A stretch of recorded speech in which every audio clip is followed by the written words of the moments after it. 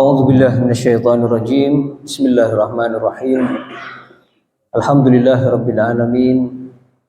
Wassalatu wassalamu ala asyrafil anbiya'i wal mursalin sayyidina wa maulana Muhammad wa ala alihi wa ashabihi wa man tabi'ahum bi ihsanin ila yaumiddin. Assalamualaikum warahmatullahi wabarakatuh. Alhamdulillah, kita panjatkan puji syukur kita kepada Allah Subhanahu wa taala. Di pagi hari ini kita setelah lebih dari 1 bulan kita off, okay. Bapak-bapak dan ibu-ibu sekalian, mudah-mudahan kehadiran kita di tempat yang penuh berkah ini, di Masjid Baitus Salam ini, dengan tetap istiqomah untuk mencari ilmu, ya. Karena banyaknya kaum muslim itu sangat kalau untuk mencari ilmu itu betul-betul sangat kesulitan untuk melangkah, padahal hanya mungkin berapa menit yang bisa disampaikan untuk menambah wawasan keilmuan kita. Dan tentunya lagi kita menuntut ilmu, memperbanyak ilmu itu sebenarnya pada intinya untuk meningkatkan ibadah kita kepada Allah Subhanahu wa taala. Shalawat serta salam marilah kita senantiasa aturkan kepada junjungan kita Nabi Agung Muhammad sallallahu alaihi wasallam. Semoga di yaumul mahsyar kelak kita mendapatkan syafaat dari beliau. Amin ya rabbal alamin. Intinya, bapak-bapak dan ibu-ibu sekalian, ya, sangat tidak rugi insyaallah kehadiran jenengan, akan ada hisabnya juga di sisi Allah Subhanahu wa taala ketika kita melangkah untuk mencari ilmu. Pada pertemuan sebelum-sebelumnya kita sampai pada ayat yang kelima, tentunya dengan kesabaran ini baru nyampe ayat yang kelima dari tafsir suratul Fatihah. Iyyaka na'budu wa iyyaka nasta'in. Ini yang menarik dalam ayat ini, yang sangat kandungannya luar biasa, ya. Ini spidolnya juga masih baru ini, Pak. Ini ya, segelan.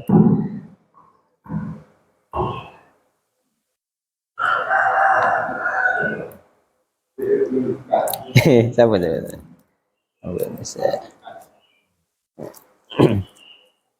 Plastik. Nah, terus ya. Iyyaka na'budu wa iyyaka, ini juga kecil ininya, ya. Nasta'inu, ya. Ayat yang kelima dari suratul Fatihah. Intinya tafsir yang saya gunakan dari berbagai rujukan tafsir nih, bukan cuma satu. Jadi ada perbandingan dalam tafsir-tafsir mungkin, yang salah satunya yang saya gunakan adalah tafsir Ibnu Katsir, kemudian ada tafsir Al-Muyassar, tafsir Al-Mukhtasar fit Tafsir, tafsir Jalalain juga yang biasa dipakai oleh santri-santri, tetapi sangat singkat sekali. Tafsir As-Sa'di, kemudian tafsir Al-Baghawi, ya, tafsir Sa'di termasuk tafsir yang lama, ya. Al-Baghawi juga demikian, sekitar abad yang kelima tulisan tafsirnya. Kemudian tafsirul Wasit, ya, dan beberapa tafsir yang lainnya, mungkin tafsir Qurtubi, ya, sebagai perbandingan keilmuan kita. Artinya insya Allah jenengan tidak rugi untuk menghadiri majelis kita, ya. Memang saya merujuk kepada tafsir-tafsir yang Notabene adalah ada yang sampai 10 jilid, ada yang beberapa jilid ya. Ya. Di dalam tafsir Muyassar disebutkan bahwa kita di dalam beribadah kepada Allah ya mengkhususkan hanya kepada Allah Subhanahu wa taala. Kemudian di dalam kita memohon bantuan hanya kepada Allah Subhanahu wa taala. Insyaallah nanti akan kita jelaskan kenapa Allah Subhanahu wa taala ya menyebutkan maf'ul bihnya itu di depan ya. Biasanya kan kami menyembah kepadamu ya, na'buduka, biasanya kan gitu ya. Tapi dalam ayat ini justru Allah memulai dengan apa di situ? Dengan hanya kepadamu. Ini dalam bahasa Arab namanya adatul hasri. Ya, adat batasan ya. Jadi hanya kepadamu kami menyembah. Jadi didahulukan maf'ul bihnya. Harusnya kan kami menyembah kepadamu. Tetapi dalam ayat ini Allah menjelaskan menyebutkan pertama kali dari maf'ul bihnya yang hanya kepadamu. Ini juga sebagaimana yang disebutkan dalam tafsir Muyassar bahwa ketika kita beribadah kepada Allah, ketika kita memohon pertolongan kepada Allah dalam segala urusan kita hanya kepada Allah, akan dalil merupakan petunjuk bahwasanya annal abda la yajuzu lahu ay yasrifa syai'an min anwa'il ibadah kad du'a wal istighasah waz zibh wat tawaf illa lillahi wahdah. Jadi menurut beliau tidak boleh seseorang di dalam melakukan sesuatu dari ibadah-ibadah seperti doa ya, kemudian memohon pertolongan kepada Allah. Beliau juga menyinggung tentang az-zibh, penyembelihan yang nanti ibadah dalam ibadah kurban, dan tawaf, begitu juga tawaf yang insya Allah para jamaah haji yang sedang berangkat ke Baitullah dalam melaksanakan semua ibadah-ibadah manasik-manasik haji tidak boleh kecuali hanya kepada Allah Subhanahu wa ta'ala. Wa fiha shifaa'ul qulub min da'it ta'alluq bi ghairillah. Jadi ayat ini kata beliau ketika mendahulukan Allah Subhanahu wa ta'ala dalam penyebutan objeknya. Jadi hanya kepadamu kami menyembah. Harusnya kan biasanya kan kami menyembahmu ya. Jadi dibalik itunya, maf'ul bihnya di depan, objeknya di depan. Jadi sebagaimana tadi tidak boleh ya, untuk dalam ibadah yang kita lakukan mengingatkan kepada selain Allah Subhanahu wa ta'ala. Dan ini juga kata beliau merupakan obat bagi hati kita dari penyakit ketergantungan kepada selain Allah Subhanahu wa ta'ala. Jadi di antara penyakit ya, di antaranya adalah min amradir riya wal ujub wal kibriya. Jadi jangan sampai muncul ujub pada diri kita ketika jenengan membaca, mengikrarkan ini yang setiap hari berapa kali jenengan baca? Minimal 17 kali ya, minimal dari sholat wajib kita membaca suratul Fatihah ini betul-betul menghilangkan di situ sifat riya dalam ibadah, ujub dalam ibadah, bangga diri, merasa paling banyak ibadahnya di hadapan Allah. Wal kibriya, begitu juga kesombongan-kesombongan yang lainnya. Dalam tafsir Jalalain yang sangat pendek ya, tafsir Jalalain itu kan tafsir yang yang sangat pendek, simpel gitu ya, karena memang untuk santri dan banyak yang di pesantren-pesantren ya. Hanya disebutkan aina khussuka bil ibadah. Jadi dimulai dengan maf'ul bihnya baru fi'il kata kerja dan fa'ilnya. Menurut beliau aina khussuka bil ibadah min tauhidi wa ghairihi wa natlubul ma'una 'alal ibadah wa ghairiha. Jadi kita hanya mengkhususkan ibadah ya melalui tauhid dan selain tauhid, dan kita hanya memohon bantuan untuk melakukan ibadah dan lainnya kepada Allah Subhanahu wa taala. Di dalam tafsir As-Sa'di ya, ini juga hampir tadi di permulaan hampir sama dengan tafsir Jalalain. Sebagaimana yang saya sebutkan tadi, taqdimul ma'mul yufidul hasra tadi ya. Kenapa dimulai objeknya baru apa? Fiil dan fa'ilnya. Ya, kata kerja dan pelakunya. Kenapa dimulai itu? Menurut beliau, nakhussuka wahdaka bil ibadah wal isti'anah li'anna taqdimal ma'mul yufidul hasra. Jadi hanya batasan ya, artinya pembatasan itu kita beribadah kepada Allah, hanya kepada Allah. Makanya di dalam terjemahan Al-Quran ya diterjemahkan dengan hanya ya, hanya kepada Allah kami menyembah dan hanya kepada Allah kami memohon pertolongan. Jadi adatul hasr, kenapa dibalik tadi ya, maf'ul bihnya tadi ya. Kemudian beliau juga mengatakan yang menarik yang tidak ada dalam tafsir yang lainnya tadi, penyebutan penyebutan ibadah di di atas isti'anah ini kan unwannya ini ibadah ya, kita beribadah kepada Allah. Dalam penafsiran na'budu ya, al-ibadah.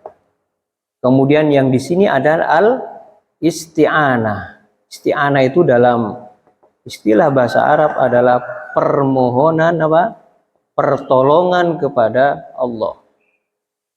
Penyebutan ibadah ya didahulukan di dalam penyebutan isti'anah. Ini menunjukkan penyebutan am dengan khusus ya, ini dengan khas. Artinya apa? Bahwa ibadah ini adalah bentuk secara umum ya. Meliputi apa di situ? Meliputi isti'anah. Jadi ketika jenengan memohon pertolongan hanya kepada Allah Subhanahu wa taala, berarti itu termasuk dari bentuk ibadah. Makanya ibadah itu menyebutkan ibadah terlebih dahulu, kemudian menyebutkan al-isti'anah. Jadi hanya kepadamu kami menyembah dan hanya kepadamu kami memohon pertolongan. Jadi penyebutan ibadah ya di atas ini al-isti'anah menunjukkan penyebutan yang am, yang menyeluruh. Kemudian penyebutan itu secara khusus. Bisa dipahami ya. Jadi al-isti'anah ini berarti termasuk salah satu dari bentuk ibadah kita kepada Allah Subhanahu wa ta'ala. Jadi ketika kita memohon pertolongan di dalam doa kita, itu makanya termasuk dalam bentuk ibadah. Makanya saya pernah menjelaskan pada saat itu bahwa doa yang kita panjatkan itu merupakan apa? Ibadah. Ud'uni astajib lakum. Jadi ketika Rasulullah SAW dalam asbabun nuzul ayat ud'uni astajib lakum menyebutkan bahwa innad du'a huwal ibadah. Jadi ini sangat sesuai dengan ini ya, maksudnya Bapak bisa dipahami ya.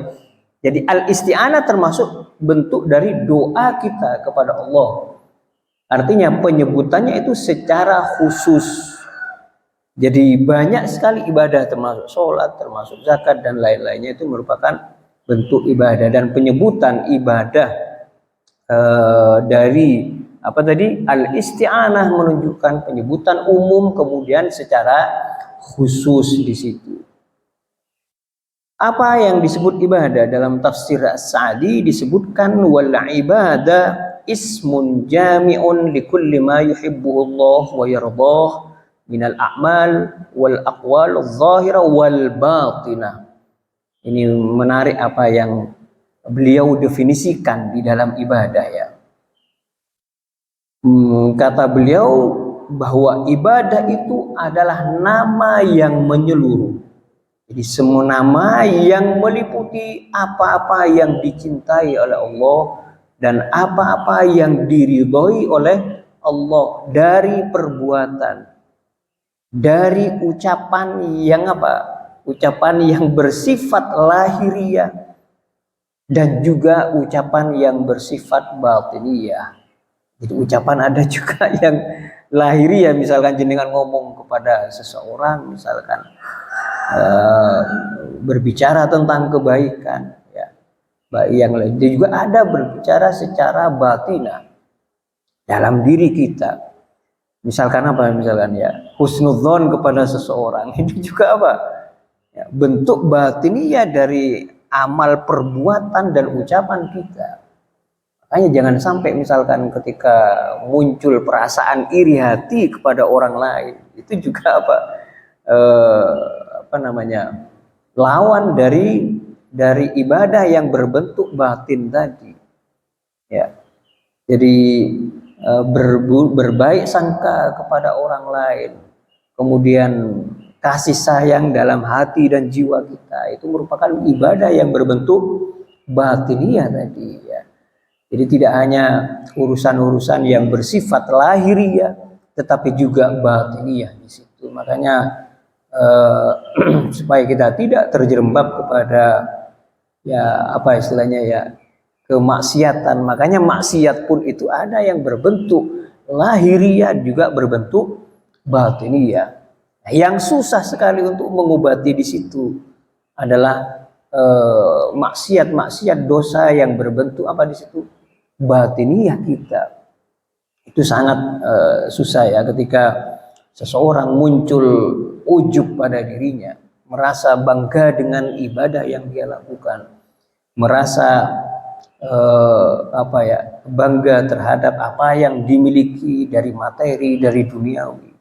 Untuk mengobati ini yang sangat susah. Mungkin kalau ini maksiat yang lainnya jenengan mungkin masih langsung istighfar langsung ya, tapi penuh perjuangan maksud saya untuk melawan dari maksiat yang berbentuk batinah tadi.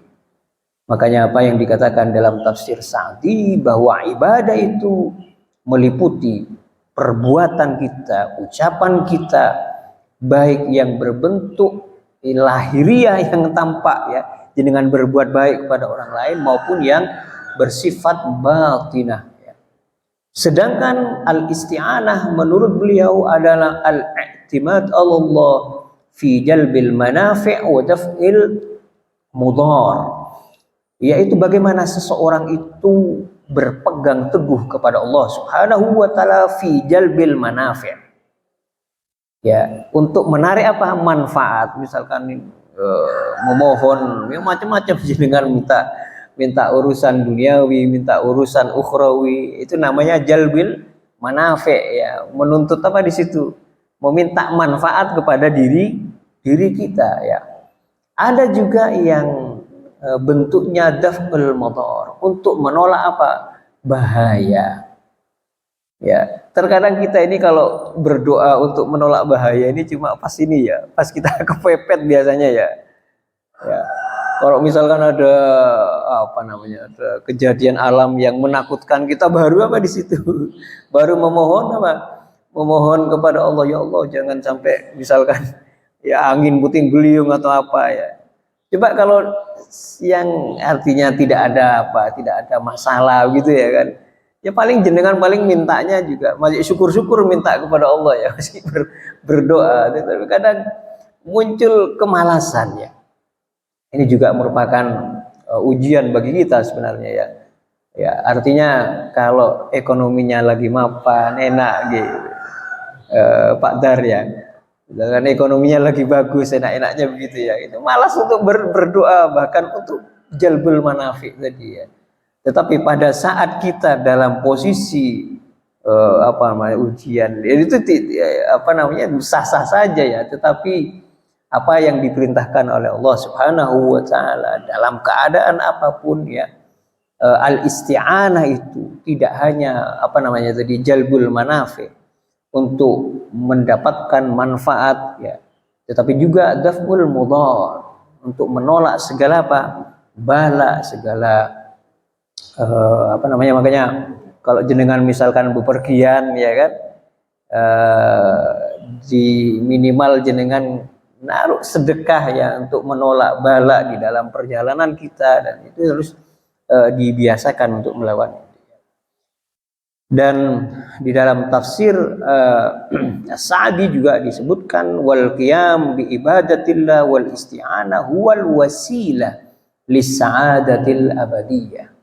Jadi ketika jenengan membaca surat ini ya, betul-betul apa namanya dalam hati dan jiwa kita meresapi bahwa melakukan ibadah kepada Allah, kemudian al-isti'anah tadi, memohon pertolongan kepada Allah, pada hakikatnya itu adalah wasilah, cara ya, untuk memperoleh as-sa'adah al-abadiyah. Ya, begitu juga untuk supaya keselamatan dari jami'is syurur, dari segala keburukan-keburukan yang ada. Jadi apa namanya, nanti akan saya sebutkan ada riwayat yang kaitannya dengan al-isti'anah ya, al-isti'anah. Dalam tafsir Al-Baghawi tadi, tafsir As-Sa'di, sudah ada beberapa tafsir yang saya sebutkan ya. Ini juga beliau hampir sama, jadi mendahulukan iyyaka ya, mendahulukan maf'ul bihnya itu juga merupakan kalimatul hasr ya, yang mana bahwa namun beliau menambahkan ya, ini yang patut diinikan ya, dengan biar tidak terburu-buru kalau membaca surah Al-Fatihah. Kata beliau bahwa ketika kita mengucapkan hanya kepadamu kami menyembah dan hanya kepadamu kami memohon pertolongan. Ya, ini nanti saya sebutkan apa namanya, semacam ada dialog ya dengan siapa? Dengan Allah Subhanahu wa taala, dan tidak ada dalam ayat-ayat yang lainnya.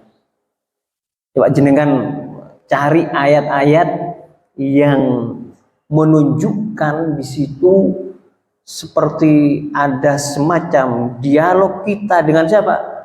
Dengan Allah Subhanahu wa taala, menggunakan dhamir mukhatab di situ. Ya, ini salah satu dari bentuk, makanya ada apa namanya,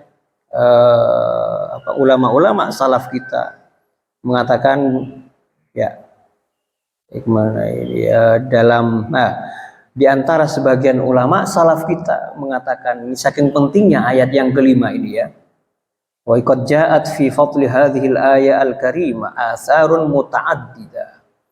Ya, di dalam tafsir Al-Wasit ya, dalam tafsir Al-Wasit beliau mencantumkan bahwa banyak di dalam ayat-ayat ini apa namanya efek-efek yang bermacam-macam ya.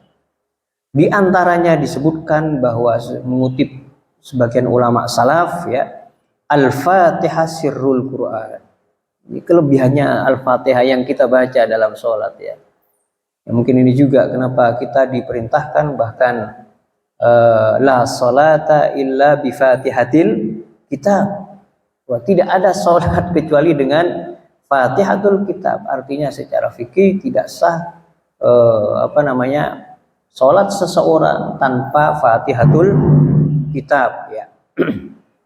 Makanya disebutkan dalam perkataan apa namanya, ulama, disebutkan dalam perkataan ulama ya, Al-Fatihah sirrul Quran. Jadi Fatihah itu adalah rahasia Al-Quran ya. Wa sirruha hadhil kalimah. Dan apa, rahasia dalam surah Al-Fatihah itu terletak di ayat ini. Ayat yang keberapa? Kelima. Ini saking pentingnya ayat Al-Fatihah dan rahasia kata ulama salaf ya. Rahasia di dalam surah Al-Fatihah terletak pada kalimat iyyaka na'budu wa iyyaka nasta'in. Kenapa? Fal awwal tubri'u tabra'u minasyirk. Karena yang pertama ketika kita mengucapkan hanya kepadamu itu melepaskan semua kesyirikan kita kepada selain Allah. Betul-betul hanya kita beribadah kepada Allah. Wathani, dan yang kedua ketika mengucapkan iyyaka nasta'in tabra'u minal haul wal quwa wat tafwid ila Allah. Jadi membebaskan segala kemampuan, segala kekuasaan kecuali hanya kepada siapa kita meminta pertolongan kepada yang maha segalanya dan menyerahkan semua urusan kita hanya kepada Allah Subhanahu wa taala. Makanya ada sebagian kalau membaca iyyaka ini dinyaringkan ya. Ya kan? Ada yang sebagian ulama itu ya mungkin karena apa? Karena isi makna yang sangat luar biasa di dalam apa tadi? Di dalam tafsir al-isti'anah. Ya. Apa yang dikatakan di dalam tafsir Al-Baghawi? Jadi ketika kita mengucapkan iyyaka na'budu, itu artinya kita nuwahhiduka wa nuti'uka khadi'in. Jadi kata beliau, kita mentauhidkan Allah, patuh kepada Allah dengan apa? Khadi'in. Dengan apa? Ketundukan yang betul-betul kepada Allah Subhanahu wa taala. Artinya wal ibadah at-ta'a ma'at tadhallul. Ini yang tidak ada di tafsir yang lain ya. Dalam tafsir Al-Baghawi ketika kita mengucapkan iyyaka na'budu, hanya kepadamu kami menyembah, artinya ibadah yang kita lakukan itu bapak-bapak dan ibu-ibu sekalian menunjukkan dengan apa? Tazallul. Al-ibadah ma'at tazallul. Jadi kita menunjukkan ibadah dengan apa? Kehinaan, ketundukan kita kepada Allah Subhanahu wa taala.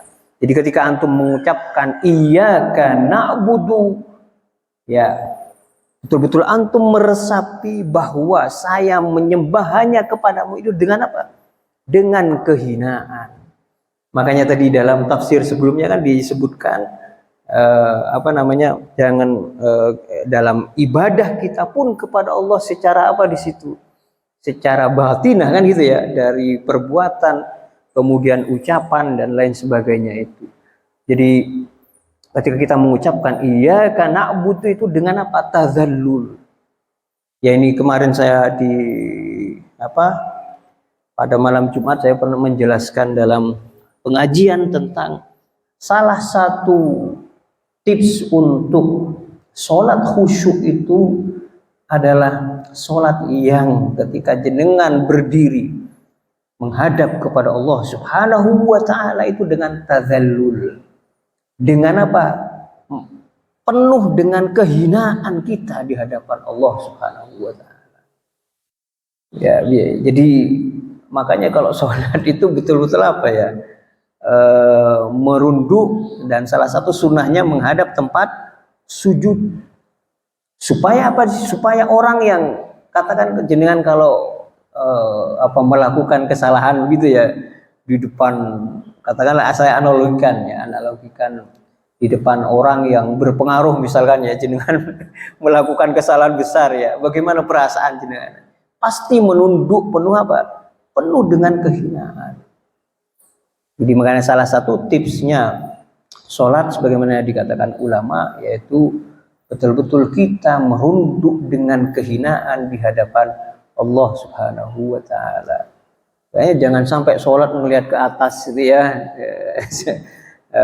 Bahkan makruh sholat melihat ke atas, apalagi kanan kiri ngelihatnya. Ya, betul-betul melihat ke bawah, betul-betul merunduk ya, istilahnya merunduk penuh kehinaan di hadapan Allah Subhanahu wa ta'ala. Dan yang dikatakan oleh tafsir Al-Baghawi yaitu ma'at tazallul, Ya, jadi wasummiyal abdu abdan li dzatihi li dzillatihi wa inqiyadihi. Jadi abd, ya na'budu ini kan abdun, tahu abdun ya, budak kan, abd itu kan budak. Jadi kita dalam, makanya kata-kata ibadah itu sebenarnya kita apa? Menjadi budak itu istilahnya. Paham ya maksud saya? Kata-kata budak itu dalam bahasa Arab namanya itu abdun. Kita kan hamba ya, hamba ya. Itunya hamba Allah ya, maksudnya hamba saya toh ya kan. Ya kita harusnya seperti, semestinya seperti itu. Dengan kehinaan kita, bukan merasa bangga dengan sholat yang kita lakukan ya, dengan tahajud yang kita lakukan ya, dengan ibadah-ibadah yang lain yang kita lakukan. Jangan sampai merasa seperti itu dalam hati dan jiwa kita ya. Ini juga hampir sama dalam tafsir Al-Wasit ya, tadi beliau juga menyebutkan tentang az-zillah tadi ya, al-ubudiyah itu iyyaka na'budu, hanya kepadamu kami menyembah. Itu penuh dengan apa? Penuh dengan ketundukan, penuh dengan kehinaan di hadapan siapa? Di hadapan Allah Subhanahu wa ta'ala. Ketika kita memohon nasta'in juga sama ya. Ketika kita memohon al-ma'unah ya, pertolongan kepada Allah Subhanahu wa ta'ala, itu juga menunjukkan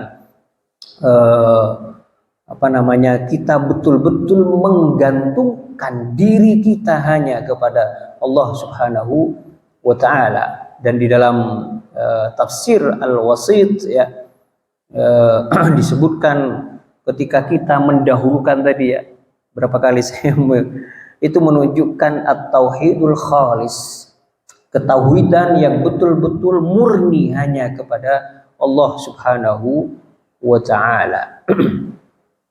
Ini juga hampir sama. Saya langsung ke tafsir Ibnu Katsir ya, ada sebuah riwayat ya dari Rasulullah Shallallahu Alaihi Wasallam ya.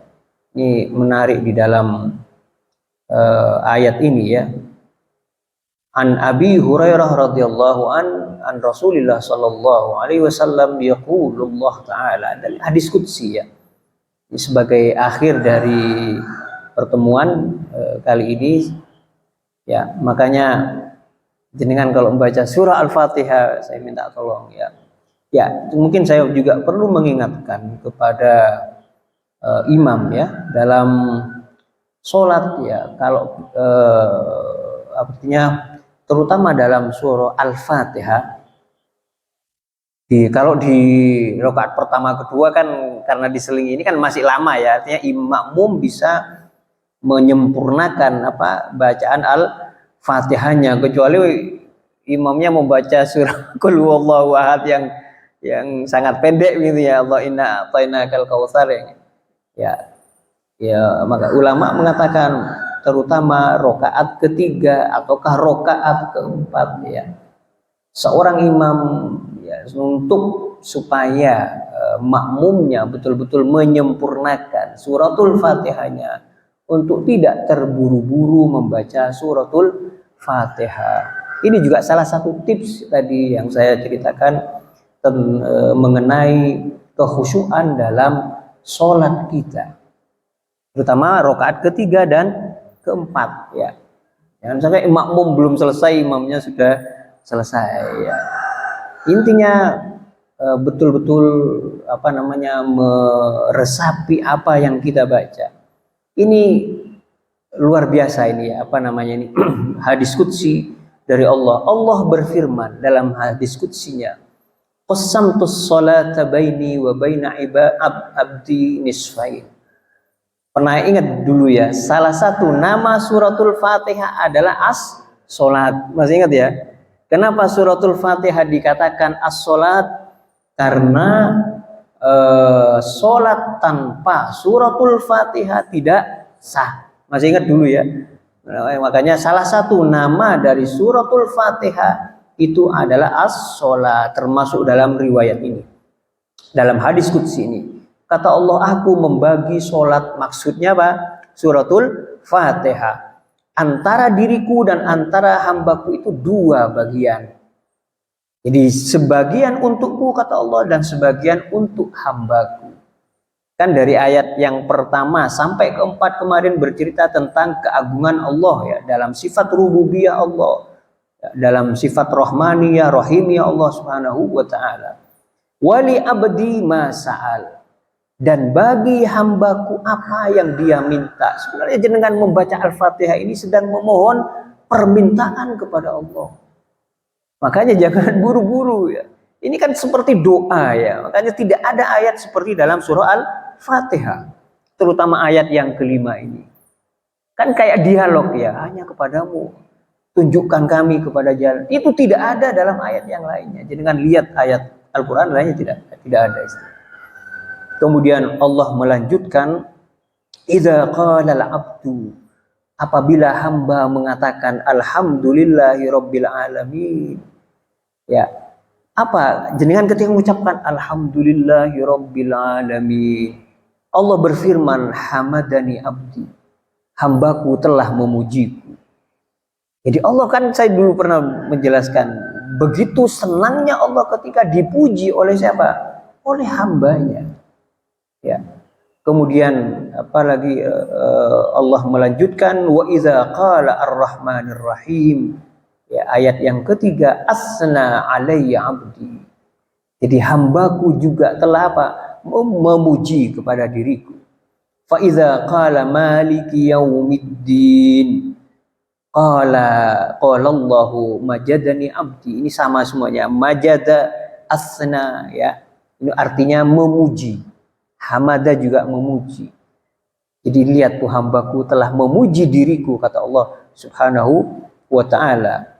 Wa idza qala iyyaka na'budu wa iyyaka nasta'in, dan jika mengucapkan ayat yang kelima ini, hadza baini wa baina abdi, ini antara diriku dan di antara hambaku, wa li abdi ma sa'al, dan bagi hambaku untuk meminta apa yang dia minta itu.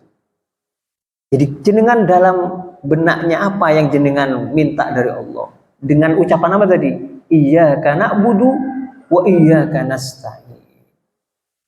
Fa idza qala ihdinas siratal mustaqim siratal ladzina an'amta 'alaihim ghairil maghdubi 'alaihim waladdallin. Qala hadza li 'abdi wa li 'abdi ma sa'al. Ini untuk apa? Untuk hambaku dan bagi hambaku apa yang dia minta di situ.